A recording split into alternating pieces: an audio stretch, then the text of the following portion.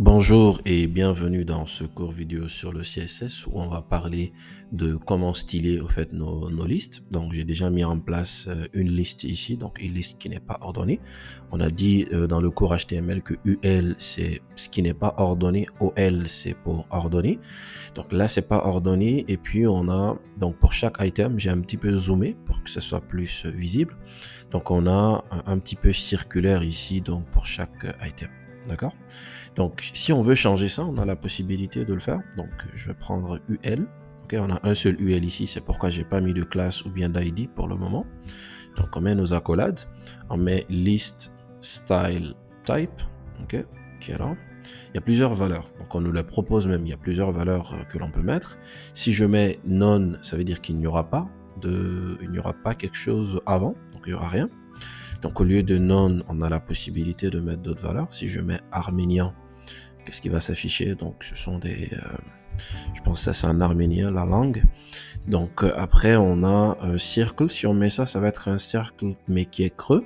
D'accord? Voilà, comme ça.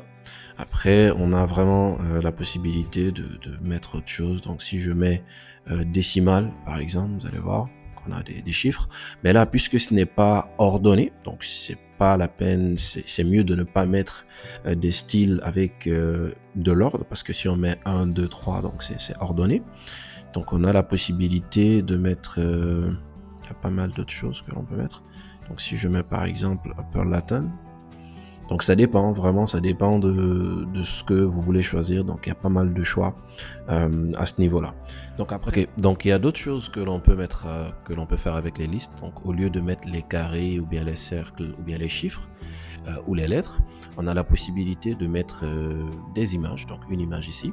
J'ai déjà préparé moi à mon niveau une image, donc que je vais venir mettre ici. Donc si on met list style image, d'accord, bien sûr il faut pas que l'image soit très grande parce que sinon ça va vraiment remplir la page complètement. Il faut une image qui est redimensionnée et tout et qui a une taille, donc une petite taille qui peut venir contenir ici.